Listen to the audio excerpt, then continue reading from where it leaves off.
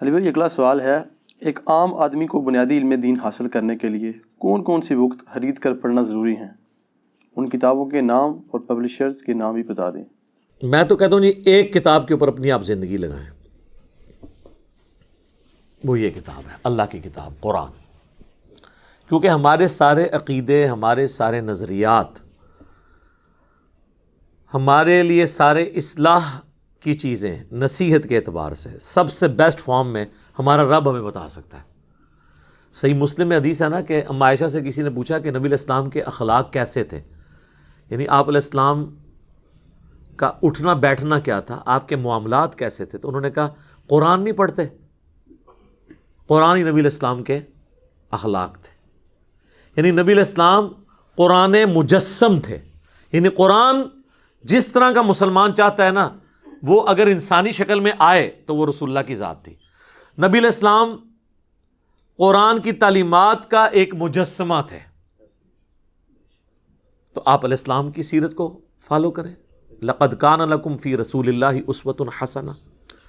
لوگ اکثر کہتے ہیں کتاب بتائیں، میں کہتا ہوں جی قرآن سے بڑی کون سی کتاب آپ کو بتائیں؟ لوگ کہتے ہیں جی وہ ہمارے گھر ایک دادا جی کی پرانی ہاتھ کی لکھی ہوئی کتاب پڑھی ہوئی ہے۔ سر وہ کتنی پرانی ہوگی؟ 100 سال 200 سال؟ یہ تو 1400 سال پرانی کتاب ہے، اس سے پرانی تو نہیں، پرنٹنگ نئے صفحے کے اوپر ہے، کتاب تو پرانی ہے۔ اور اس سے بڑی بات، یہ کتاب اس دنیا میں کسی رائٹر کی لکھی ہوئی نہیں ہے، آسمان سے نازل ہوئی ہے۔ رائٹر نے تو اسے صرف ایک الفاظ کی شکل دی ہے، نازل تو آسمانوں سے ہوئی ہے اللہ کے پیغمبر کے اوپر صلی اللہ علیہ وآلہ وسلم۔ تو قرآن اگر کسی نے اپنی زندگی میں نہیں پڑھا ترجمے سے، اس سے وہ مقصد حاصل نہیں کیا جس مقصد کے لیے نازل ہوئی یہ کتاب، جو سورہ صاد میں ہے کہ ہم نے قرآن اس لیے نازل کیا تاکہ اس کی آیات میں لوگ تدبر کریں اور نصیحت حاصل کرنے والے اس سے نصیحت حاصل کریں۔ قرآن میں کہیں نہیں لکھا ہوا کہ قرآن اس لیے نازل کیا کہ اپنے بچوں کو حافظ بنوائیں بغیر ترجمے والا، اور اس سے اپنے مردے بخشوائیں اور اپنے گھر والوں میں اتنے بندے جنت میں لے جائیں، یا اتنا ثواب کمائیں۔ نہیں، ثواب ہوگا لیکن اس کا پرائمری مقصد نہیں ہے۔ نماز کا پرائمری مقصد ورزش نہیں ہے، اللہ کے سامنے ٹو باؤ ڈاؤن کرنا ہے، پوسچر بنانا ہے، اپنے عاجزی کا اظہار کرنا ہے، کبھی قیام کے ذریعے، کبھی رکوع میں جھک کے، کبھی سر سجدے میں رکھ کے۔ ورزش آٹومیٹکلی ہو رہی ہے۔ لیکن اگر کوئی نماز کے فضائل سنائیے کہ جی ورزش بڑی اچھی ہوتی ہے جی، صحت اچھی رہتی ہے جی، تو مولویوں کو غصہ نہیں چڑھے گا؟ کہیں گے یار ٹھیک ہے ہوتی ہے لیکن یہ کیا تو مولوی بھی تو یہی لکیر پیٹتے ہیں کہ جی بڑی نیکیاں لبدیاں ہیں، قرآن پڑھو، ہمیں بغیر سمجھ کے بھی پڑھو۔ ٹھیک ہے ملتی ہیں، لیکن مقصد کیا یہ تھا؟ نہیں تھا۔ قرآن کے اوپر اپنی زندگی لگائیں۔ قرآن آپ کے پاس ہونا ضروری ہے، اس کا ترجمہ کور کریں، لفظی ترجمہ بھی، با محاورہ ترجمہ بھی، اور سارے مکاتب فکر کا، تاکہ آپ کا یہ کیڑا نکل جائے کہ لوگوں نے ترجمے بدل دیے ہیں۔ آپ کمپیئر کر لیں، میرے تو ایک یوٹیوب پہ ڈیٹیل ویڈیو ہے قرآن کے 8 تراجم، اس میں نے سیمپل کے طور پہ کئی ایک آیات لی ہیں اور 8 ترجموں سے وہ فزیکلی کیمرے میں دکھایا کہ دیکھو یہ بریلویوں نے یہ ترجمہ کیا، دیوبند نے یہ کیا، اہل حدیث نے یہ کیا، شیعہ نے یہ کیا، بتاؤ اس کے مفہوم میں کوئی فرق ہے؟ بسم اللہ کا ترجمہ اگر کسی نے کیا ہے اللہ کے نام سے شروع تو بھی ٹھیک، شروع کرتا ہوں اللہ کے نام سے تو بھی ٹھیک، شروع اللہ کے نام سے تو بھی ٹھیک، شیطان کے نام سے کسی نے شروع نہیں کیا۔ آپ کو جو دل ٹھکتا ہے آپ پڑھیں، کوئی فرق نہیں۔ کہیں اکا دکا جگہ اگر ڈنڈی آ جاتی ہے وہ اوورآل ڈاکٹرن میں پکڑی جاتی ہے، اس کی میں نے کئی مثالیں دی ہیں، وہ پکڑی جاتی ہیں، اس لیے آپ اس کی ٹینشن نہ لیں، قرآن کو کور کریں۔ میں کہتا ہوں جی ایک بندے نے بیچلر ڈگری حاصل کر لی، FSc کر لی، میٹرک پاس کر لیا، اور قرآن اس نے ترجمے سے نہیں پڑھا، بھلے عربی نہ بھی سیکھے، عربی پروناؤنس کرنی تو آنی چاہیے قرآن پڑھنے کے لیے، نماز پڑھنے کے لیے، لیکن عربی کا ترجمہ اور عربی کو ایز اے لینگویج سیکھنا یہ ہر بندے پہ فرض نہیں ہے۔ اگر آپ عربی سیکھ کے بھی آ جائیں نا مکمل طور پہ اور ترجمہ کریں، تب بھی انہوں نے آپ کا ترجمہ نہیں ماننا، انہوں نے کہنا ہے کہ آپ کو زیادہ عربی آتی ہے یا مذہب بریلوی کو، آپ کو عربی آتی ہے یا اشری تھانوی کو، آپ کو زیادہ عربی آتی ہے یا جونا گڑھی صاحب کو، سارے فرقوں کے میں نے نام لیے، یا سید فرمان علی شاہ کو، تو ظاہر ہے آپ دعویٰ کر سکتے ہیں، آپ کہیں گے ان کو ہی زیادہ آتی ہے۔ تو جب اینڈ رزلٹ یہ ہونا ہے کہ عربی کے بعد بھی آپ نے ادھر ہی جانا ہے، تو آپ ڈائریکٹ ادھر پہنچے تاکہ اپنا ٹائم بچائیں۔ اس کو کہتے ہیں ویل انوینٹ نہ کریں، عربی ضرور سیکھیں، اس لیے کہ آپ تراویح میں قرآن سنیں یا قرآن کی اب آیات سنیں تو آپ کو ایک لطف آئے، باقی اس سے زیادہ کچھ نہیں اس میں سے نکلنا ہے۔ میں آپ کو بتا دوں، یہ مولوی کہتے ہیں نا میرے سامنے آپ عربی کتاب لے کے ہیں جی اس میں پڑھنا ہے، عربی کتاب میں بخاری لے بھی جاؤں تم اس میں ڈنڈی مارو تو میں تمہارے روحانی ابا جی تمہارے استادوں کے استاد کا ترجمہ تمہیں بتاؤں کہ یہ لکھا ہے، تم یہ کیوں 2 نمبری کر رہے ہو، تو اس کا عربی سے اردو کا ترجمہ مانا جائے گا، یہ تیرا مانا جائے گا بھائی، وہ بھی نہیں جرت کرے گا، کوئی بریلوی جرت نہیں کرے گا کہ میں احمد بریلوی سے بہتر قرآن کا ترجمہ کر سکتا ہوں۔ تو لوگ کہتے ہیں نا جی علی جو ہے وہ علماء سے متنفر کرواتا ہے، نہیں سر، میں ہی تو کہتا ہوں علماء سے پوچھیں، بلکہ پوچھیں ان علماء سے، بلکہ پنجابی پوچھو انہوں کتنے لکھا ہے۔ میں نے کبھی آپ کو ترجمہ اپنا لکھ کے تھمایا؟ میں نے ہمیشہ کہا ہے کہ احمد بریلوی صاحب کا ترجمہ پڑھ لیں، اشرف تھانوی صاحب کا ترجمہ پڑھ لیں، سید فرمان علی شاہ کا پڑھ لیں، مولانا مودودی کا پڑھ لیں، جونا گڑھی صاحب کا پڑھ لیں، فتح محمد جلندری کا پڑھو صحیح، لیکن قرآن کا ترجمہ پڑھیں تاکہ پتہ چلے مرنے سے پہلے آپ کو کہ قرآن میں لکھا کیا ہوا ہے، اس کے نوٹس بنائیں، بھلے 2 رکوع ہی پڑھ لیں، ایک دفعہ پورا قرآن ترجمے سے پڑھیں اور جہاں سمجھنا ہے وہ نوٹ کرتے جائیں، یہ نہیں کہ ادھر ہی پھانس کے بیٹھ جائیں۔ پھر آپ جو پوائنٹس ان اٹینڈڈ تھے اس کے لیے آپ قرآن کی تفسیر پڑھیں، پہلے تفسیر نہ پڑھیں اس میں مولوی گھسا ہے، اس کے بعد ایک تفسیر نہ پڑھیں مختلف تفاسیر پڑھیں اور آپ کو پتہ چل جائے گا کہ ہر ایک بات ایک ہی کر رہا ہوگا، بس کوئی ادھر سے کان پکڑا ہے کوئی ادھر سے، اور جو بالکل ڈنڈی مارا ہے وہ آپ کو پتہ چل جائے گا یہ تو اس میں سے نکلتی ہی نہیں ہے۔ مجھ سے اگر آپ پوچھیں گے تو میں تو کہتا ہوں کہ تفہیم القرآن مولانا مودودی رحمہ اللہ تعالیٰ کی جو تفسیر ہے قرآن کی بیسٹ تفسیر ہے پوری اسلامک ہسٹری میں، اور بعض معاملات میں تفسیر ابن کثیر سے بھی بہتر ہے، کیونکہ تفسیر ابن کثیر میں جو یہود و نصارہ کے جو حوالے قرآن ڈسکس کرتا ہے وہ نہیں موجود۔ مودودی صاحب نے محنت کر کے تورات اور انجیل سے وہ حوالے بھی تلاش کیے ہیں، اور اس لیول تک میں آپ کو سامپل کے طور پہ کہتا ہوں کہ آپ دنیا کے کسی مفسر کی سورہ یوسف کی تفسیر پڑھ لیں اور اینڈ پہ تفہیم القرآن میں سورہ یوسف کی تفسیر پڑھیں۔ بیان القرآن میں ڈاکٹر اسرار صاحب نے ویڈیو میں ریکارڈ کروایا کہ میں قرآن کی طرف آیا ہی ہوں صرف سورہ یوسف کی تفسیر پڑھ کے مولانا مودودی کی۔ میں میٹرک کا اسٹوڈنٹ تھا ان دنوں، جو جماعت اسلامی کا رسالہ ترجمان القرآن نکلتا تھا، اب ان کا وہ مکتبہ ہے ترجمان القرآن، اس میں مودودی صاحب کی تفسیر تفہیم القرآن ابھی مکمل بنی نہیں تھی، وہ ساتھ ساتھ لکھ رہے تھے تو وہ مہینے میں پرنٹ ہو کے آتی تھی، اور میں اور میرا بھائی جو ہیں وہ بیٹھ کے نا اس کا آپس میں دورہ کرتے تھے، بلکہ وہ تو کہتے تھے اس وقت ہم نے مورچے کھودے ہوئے تھے اپنے لوگوں کی حفاظت کے لیے، کیونکہ پارٹیشن کا وقت تھا، تو مورچوں میں بیٹھ کے ہم وہ رسالہ پڑھتے تھے، اور اس کی وجہ سے میرا قرآن کی طرف شغف ہوا۔ ڈاکٹر اسرار صاحب کرامت ہے مودودی صاحب کی، اس رسالے میں صرف سورہ یوسف کی تفسیر کی۔ سر سورہ یوسف کی تفسیر پڑھیں، سورہ یوسف میں حضرت یوسف علیہ السلام کی بایوگرافی جو آئی ہے یہ یونیک صورت ہے، یہی بایوگرافی آپ کو تورات میں بھی ملے گی، لیکن کئی جگہ واقعات مختلف ہوں گے۔ مولانا مودودی ان دونوں کو کمپیئر کرتے ہیں اور ثابت کرتے ہیں کہ یہ قرآن کا واقعہ درست ہے، تورات والا واقعہ اس لاجک کے اوپر غلط ماننا پڑے گا، وہ آپس میں کنٹراڈکٹ کرتا ہے، یہ وہ کمپیریزن کرواتے ہیں، جہاں سٹیٹمنٹ ملتی ہے اس کے اوپر ڈسکشن کرتے ہیں۔ پھر قرآن جب بات کرتا ہے نا تورات اور انجیل کے حوالوں کی کہ تورات لے کے آؤ اس میں دیکھو یہ ہے، تمہاری کتاب میں یہ لکھا ہے، تو ابن کثیر تو ہمیں نہیں بتاتے کہ وہ کہاں لکھا ہوا ہے، لیکن مودودی صاحب وہ سارے حوالے لے کے آتے ہیں، اور یہ بھی اپنا کیڑا نکال دیں کہ مودودی صاحب نے اپنی رائے سے تفسیر کی ہے، نہیں، وہ درجنوں احادیث کے حوالے دیتے ہیں، ابو داؤد، ترمذی، نسائی، ابن ماجہ، اور مشکات شریف چونکہ وہ بہت پروموٹ کرتے تھے اپنے زمانے میں بھی، مشکات جس نے پڑھی ہوئی ہے اس کو تو آلموسٹ ہر مسئلے کے اوپر احادیث پتہ چل جاتی ہیں، وہ باقاعدہ کوٹ کرتے ہیں کہ جی یہ اس کانٹیکسٹ میں یہ حدیثیں ہیں، باقاعدہ وہ بحث میں لے کے آتے ہیں، حدیثیں بھی وہ کوٹ کرتے ہیں، ائمہ کے اقوال بھی کوٹ کرتے ہیں اختلاف میں۔ وہ بعض علماء نے کہا جی وہ اینڈ پہ جا کے کہتے ہیں میں یہ کہتا ہوں، تو مودودی صاحب نے تفسیر اپنی رائے سے کی، نہیں سر ایسا نہیں ہے، وہ قرآن سے تفسیر کرتے ہیں قرآن کی، اس کے بعد احادیث سے کرتے ہیں، وہاں بھی رضال نہ ہو پھر ائمہ کے اقوال لے کے آتے ہیں، اور اقوال میں بھی جو اختلاف ہوتا ہے تو اینڈ پہ جا کے وہ کہتے ہیں کہ میں یہ کہتا ہوں کہ فلاں امام نے جو بات سمجھی ہے وہ قرآن و سنت کے سب سے زیادہ قریب ہے، تو وہ اپنی بات کر رہے ہوتے ہیں۔ مجھے پورے تفہیم القرآن میں بتائیں کہ کسی ایک جگہ انہوں نے کہا ہو کہ یہ قرآن میں اور احادیث میں اور ائمہ کے سارے اقوال غلط ہیں، مجھے آج سمجھ آیا اس کی تفسیر یہ ہے، کوئی ایک والا بتائیں تو نہیں ہے. تو یہ تو آپ سارے کر رہے ہوتے ہیں. بریلویوں نے احمد بریلوی کی توجیحات مانی ہے نا، باقی سب کا تو انکار کر دیا ہے. تو ہم یہ کہیں گے کہ بریلویوں نے خود ساختہ کی ہے؟ نہیں، وہ کہیں گے میں نے حافظ بریلوی پہ رلائے کی ہے. تو مودودی صاحب بھی اگر کسی مسئلے میں کہتے ہیں یہاں پہ شوافے درست ہیں، یہاں پہ حنابلہ درست ہیں، یہاں پہ حنفی درست ہیں، یہاں پہ مالکیہ درست ہیں میرے نزدیک، تو وہ اپنے نزدیک کا مطلب یہ نہیں کہہ رہے ہوتے کہ میری یہ رائے، وہ کہتے ہیں میرے نزدیک میں نے جب کمپیئر کیا تو اس کی رائے زیادہ بہتر ہے. وہ کہتے ہیں نہیں، مودودی صاحب کون ہوتے ہیں ڈیسائیڈ کرنے والے کس کی رائے بہتر ہے؟ تو سر آپ نے بھی تو ڈیسائیڈ کیا ہوا ہے، آپ نے فقہ حنفی کیوں اڈاپٹ کیا ہوا ہے؟ ہر حنفی نے. آپ کے نزدیک فقہ حنفی کی رائے امام مالک، شافعی، احمد بن حنبل سے بہتر ہے. تو جب آپ ڈیسائیڈ کر رہے ہیں تو مودودی صاحب نہیں ڈیسائیڈ کر سکتے؟ انہوں نے کوئی نیا نظریہ پیش نہیں کیا.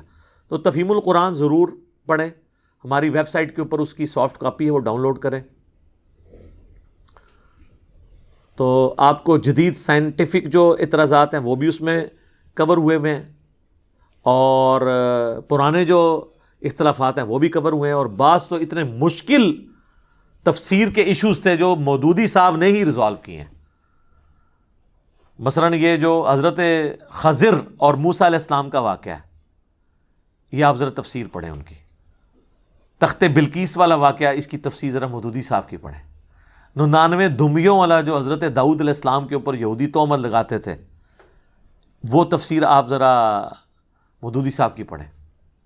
آپ قرآن میں جتنے مشکل ٹاپک ہیں آپ کو سمجھ نہیں آتا کہ یار یہ اس میں کیا ہو رہا ہے، تو آپ کو پتہ چلے گا مولویوں کو تو ہوا ہی نہیں لگی ان چیزوں کی جو مودودی صاحب نے کام کر دیا ہے.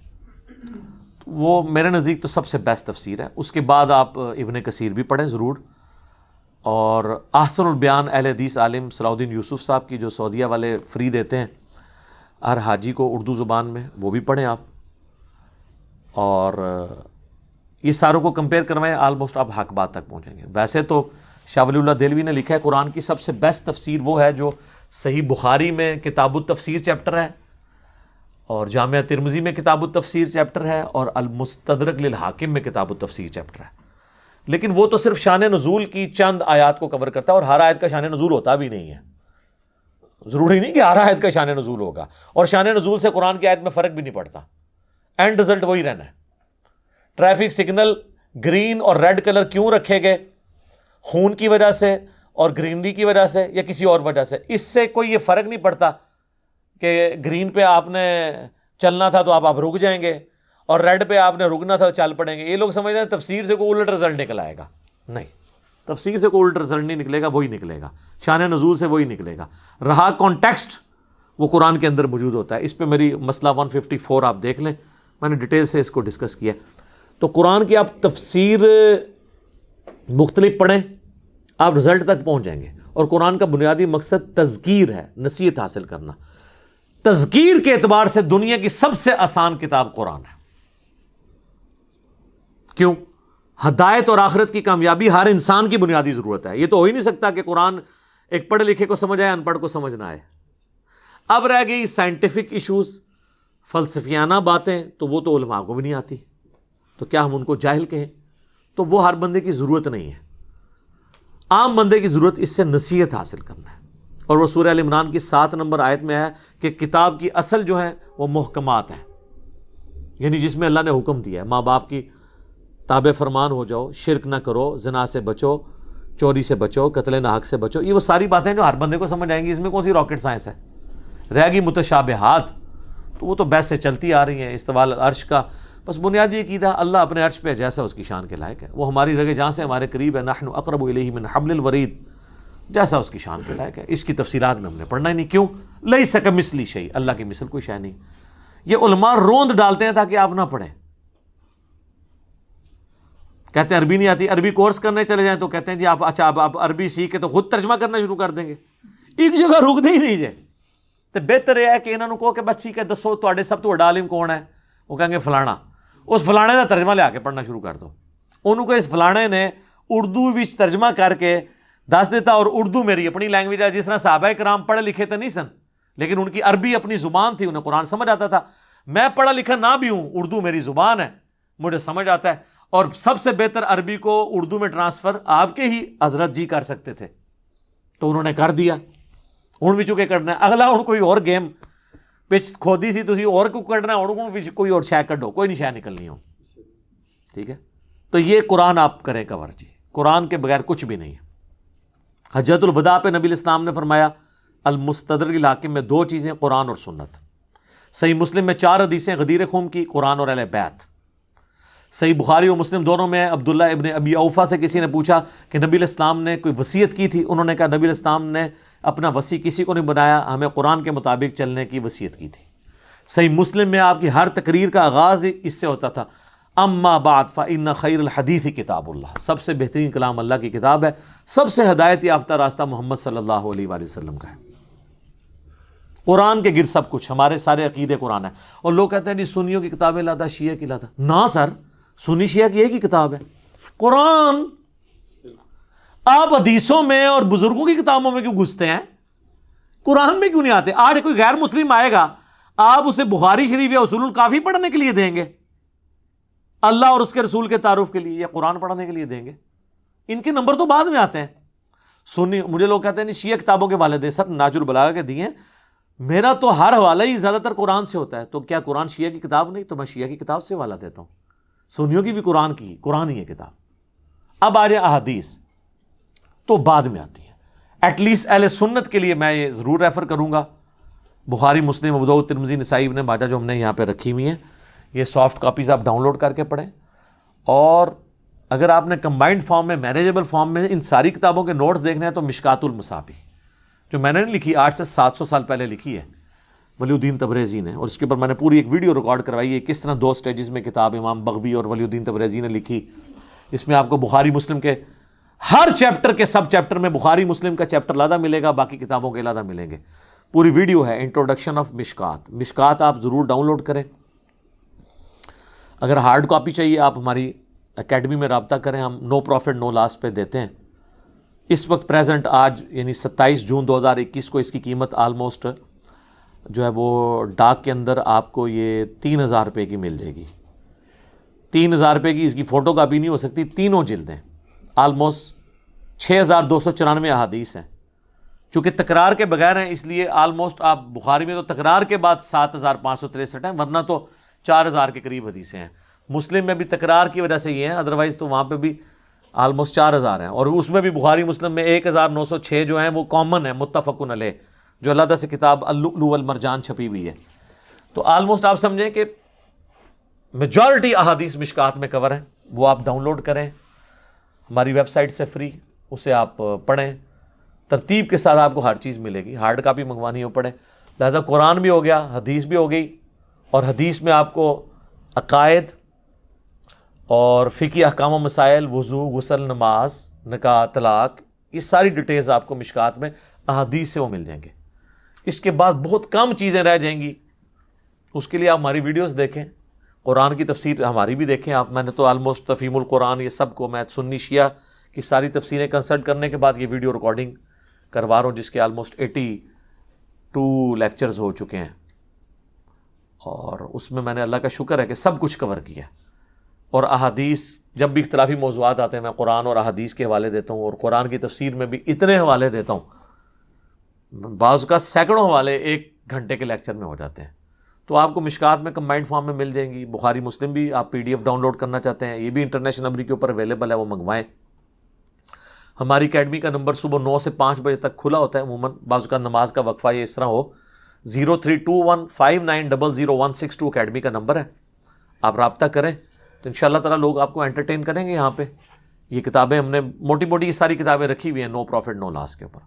ریسرچ پیپرز کا سیٹ آپ کو فری آئے گا. صرف TCS کا آپ کو 300 روپیہ خرچہ آج کی ڈیٹ میں دینا پڑے گا. 12 کا پیکج آپ کو مل جائے گا، جس میں کربلا والا ریسرچ پیپر، 8 مزید ہیں، ٹوٹل 9 ریسرچ پیپرز اور 3 اذکار کارڈ صبح شام کے، فرض نماز کے بعد کے، اور جادو، ٹونا، وبائی امراض سے بچنے کے جو سنت اذکار ہیں وہ آپ کو مل جائیں گے. یہ پورا پیکج آپ کو 300 روپیہ صرف ڈاک کا آپ خرچہ دیں تو آپ کے گھر TCS سب سے بیسٹ سروس اور ذمہ دار، اس کے ذریعے ہم آپ کے گھر تک پہنچائیں گے. اور یہ اب آپ کو جو مشکات ہم 3000 کی بھیج رہے ہیں، اس میں ہمارا TCS کا بھی 1200-1300 روپیہ تقریباً خرچہ شامل ہے. تو آپ یہ اندازہ کریں, ہماری اکیڈمی سے آ کے آپ لیں 2000 روپے کی آپ کو دے دیں گے, اور سرچ پیپر آ کے لیں تو فری لے لیں. لوگ کہتے ہیں علی بھائی نے اناؤنسمنٹ کیا سرچ پیپر فری. جی فری ہیں, آ جائیں یہاں پہ. جب ٹی سی ایس میں منگوائیں گے تو ٹی سی ایس کا تو خرچہ آپ نے دینا ہے نا, سرچ پیپر فری آئیں گے, پھر بھی ٹی سی ایس کا آپ 300 دے دیں. آپ جا کے ٹی سی ایس کا ریٹ پوچھ لیں تو آپ کو پتہ چل جائے گا. تو اللہ کا شکر ہے, قرآن پڑھیں, احادیث کے لیے ہے, یہ میں آپ کو ریکمینڈ کروں گا. پہلے یہ کر لیں انشاءاللہ تعالیٰ, جتنی زندگی ہے مختصر, پھر اگلا تو کو سبق دیوان گے, وہ دی ضرورت ہی نہیں رہنی. آپ ان چیزوں کو کور کر لیں تو انشاءاللہ تعالیٰ آپ کے لیے آسانی ہوگی. اپنے بچوں کو بھی یہ چیزیں, ہارڈ کاپیاں بھی گھر میں موجود ہونی چاہیے. سافٹ کاپی پڑھتے بندہ تھک جاتا ہے, ہارڈ کاپیاں بھی آپ رکھیں, قرآن کے تراجم کی بھی, قرآن کی تفسیر تفہیم القرآن آپ کو ترجمان القرآن والوں سے مل جائے گی. ہم نے ہی وہ رکھی ہوئی ہے کیونکہ وہ مینیج کرنا ہمارے لیے مشکل ہو جاتا ہے. تو بہرحال آپ ان سے رابطہ کریں, آپ کو انشاءاللہ تعالیٰ جماعت اسلامی کا کہیں بھی پاکستان میں کوئی دفتر موجود ہے, ان کے تھرو آپ منگوا سکتے ہیں, وہ آپ کو خود دے دیں گے. تو انشاءاللہ تعالیٰ یہ وہ ساری چیزیں